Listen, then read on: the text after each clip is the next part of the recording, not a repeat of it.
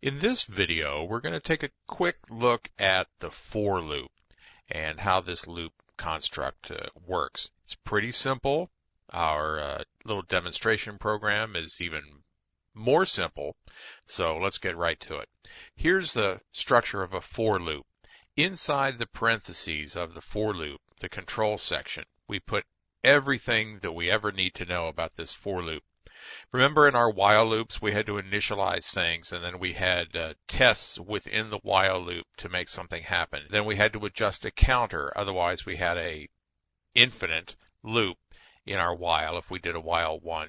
Well, all of that is being done right up here in the top of the for loop. We initialize the environment of this loop.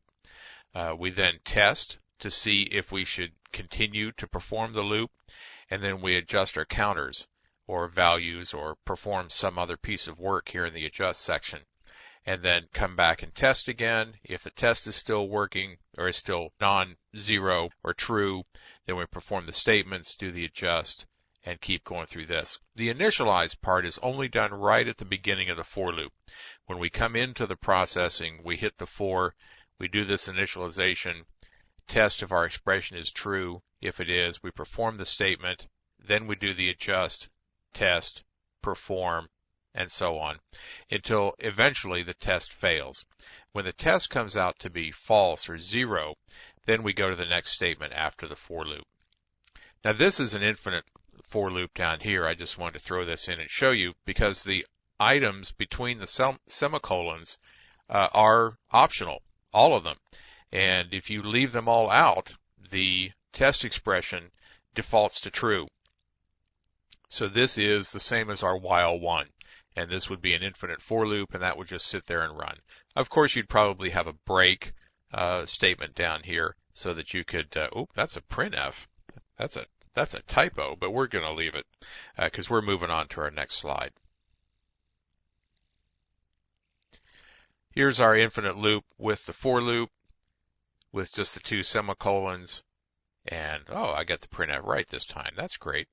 So that's our infinite for loop. It does exactly the same thing that we had done before in this little program, getting a character and testing for a 7 and so on. The only word that we've changed is the for, taking the 1 out and put 2 semicolons in, and the compiler will make the same kind of construction for us.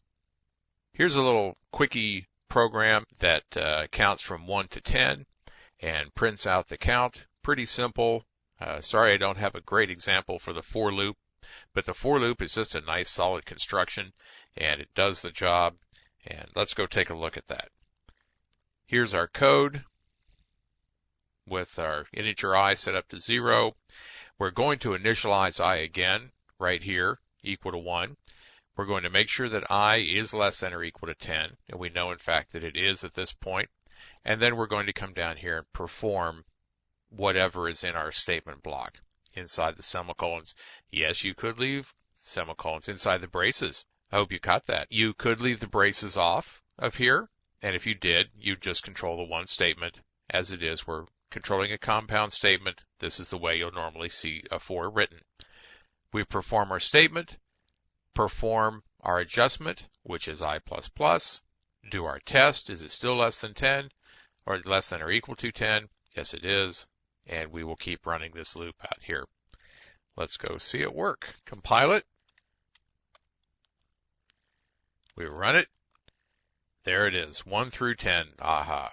So that's pretty simple. And I just wanted to prove to you that it really does work.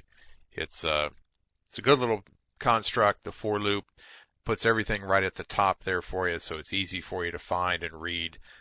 Be careful of the braces down here. If you forget a brace or you forget these 2 braces, the for loop will wind up just controlling the single next statement rather than the entire block. And remember, it's bad to, even if you have a single statement, it's bad to leave these braces out because somebody's going to come along and throw another statement in underneath this to be controlled by your for loop. And then they'll wonder why the code doesn't work right because the for doesn't have a statement block. It's only controlling one statement. And that's the for loop.